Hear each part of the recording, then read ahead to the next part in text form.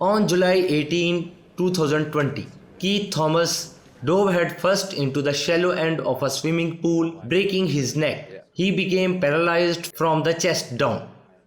I ended up in the hospital for 8 months, which was very hard, Thomas said at a press conference at Northwell Health's Feinstein Institute for Medical Research in New York on Friday. I was living in Manhattan, working at a financial company, doing wealth management.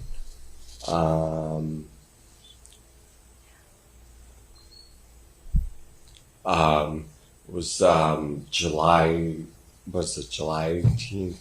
Like, right smack during COVID. I went to my friend down in Montauk. We went to the house every weekend, and I made a bad decision and dove right into closer to the shallow end of the pool and broke my neck. And ended up in the hospital for 8 months, which was very hard. Thomas learned of a clinical trial which implanted microchips into his brain and developed artificial intelligence algorithms to relink his brain to his body and spinal cord. The double neural bypass formed an electronic bridge that allowed information to flow once again between Thomas's paralyzed body and brain to restore movement and sensation in his hand, with lasting gains in his arms and wrists outside of the laboratory. A 15-hour open brain surgery was performed on Thomas on March 9 at the North Shore University Hospital, or NSUH. The surgery is bigger than me, Thomas said through tears. It's bigger than me trying to gain independence. The surgery was bigger than me. It was bigger than me trying to gain independence. It's the start of people regaining strength in their arms. Like that, they said I never would have feeling or movement, which is great. When I first started with Chad, I think I could only move my arm this much. Not that much, so it's been quite a big difference. So, calling my sister to scratch my face is no longer an issue, or wipe my nose. I could do that on my own. And now I'm just waiting to regain more strength so I can wipe the tears away from my eyes.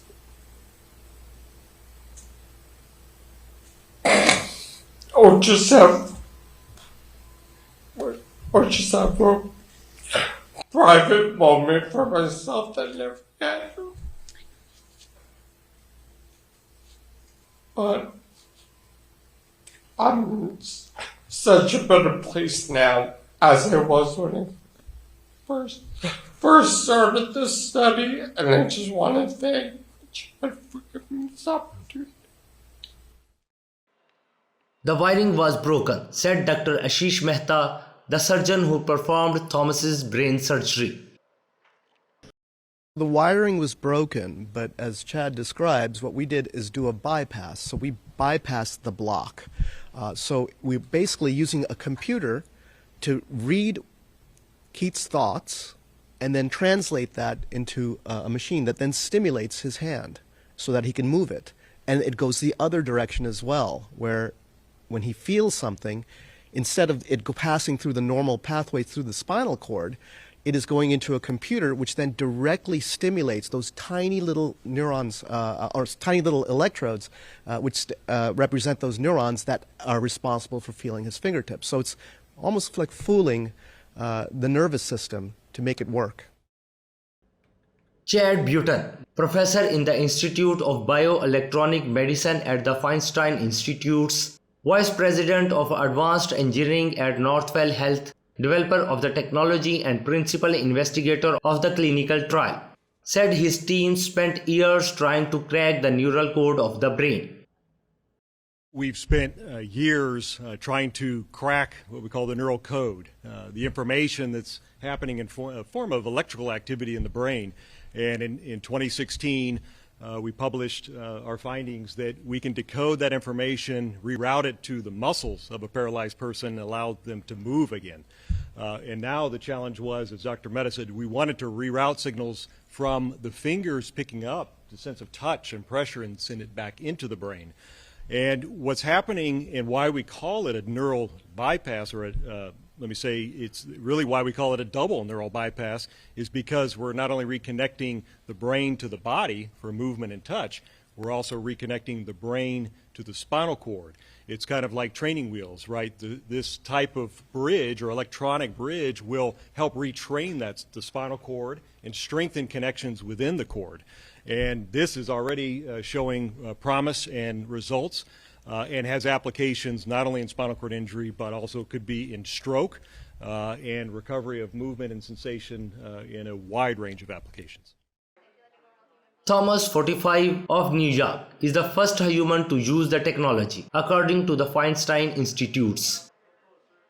Feinstein Institutes spent months mapping Thomas's brain using MRIs to help pinpoint the areas responsible for both arm movement and for the sensation of touch in his hand. With the information, surgeons performed the 15-hour surgery at NSUH, during parts of which Thomas was awake and giving the surgeons feedback. After the surgery and a period of recovery, Thomas was connected to a computer through 2 ports protruding from his head. The computer uses AI to read, interpret, and translate his thoughts into action, known as thought-driven therapy, and the foundation of the double neural bypass approach. Okay, get ready, pull. Oh, squeeze, squeeze, pull, Keith. Squeeze, pull, nice, go, go, go, excellent. The bypass starts with Thomas's intentions, where he thinks about squeezing his hand, which then sends electrical signals from his brain implant to a computer. The computer then sends signals to electrode patches that are placed over his spine and hand muscles. Teeny sensors at the fingertips and palms send touch and pressure information back to the sensory area of his brain to restore sensation. This 2-arm electronic bridge forms the double neural bypass aimed at restoring both movement and the sense of touch. I never thought that was possible.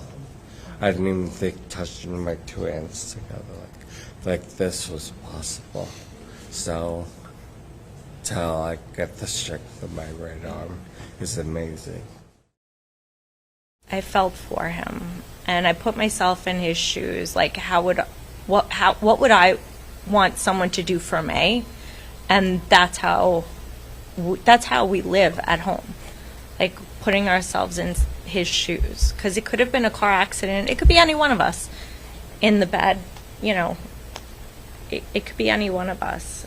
And I would just want someone to treat me how I want my brother treated well.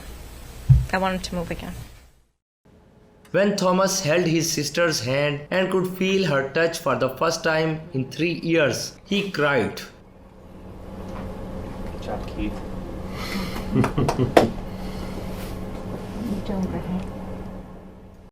To see the moment when Keith felt Michelle's hand, his sister's hand. I don't think there was a dry eye in the lab, and including mine.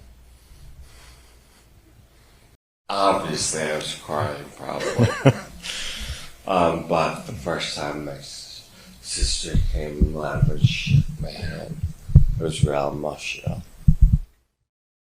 I was excited for him because I know how much independence means. Feinstein Institute said Thomas is already starting to see some natural recovery from his injuries, which could reverse some of the damage for good. His arm strength has more than doubled since enrolling in the study, and he is beginning to experience new sensations in his forearm and wrist even when the system is off. With Keith's injury, it has left him without the ability to move his arms and his hands, without the ability to walk, and Keith also is not able to feel sensations in his arms and hands, and of course from his waist down as well.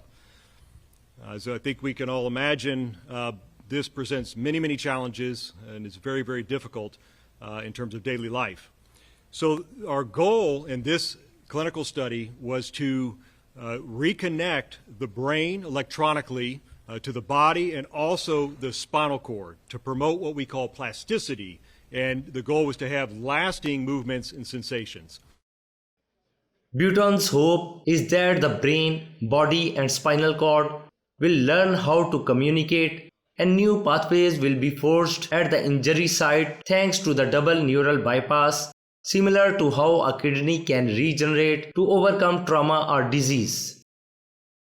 Right now we're just focusing on the right hand, but of course, who wouldn't want to walk?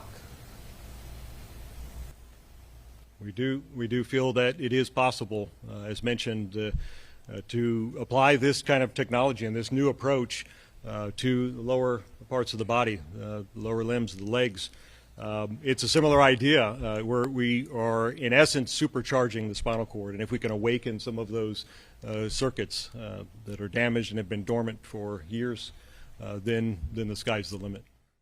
Thank you for watching this video.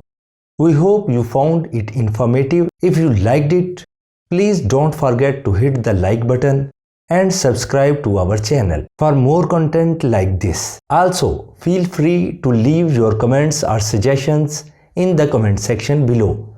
We appreciate your feedback and look forward to hearing from you. Thanks again for watching, and we'll see you in the next one. So that's pretty much it. Well, I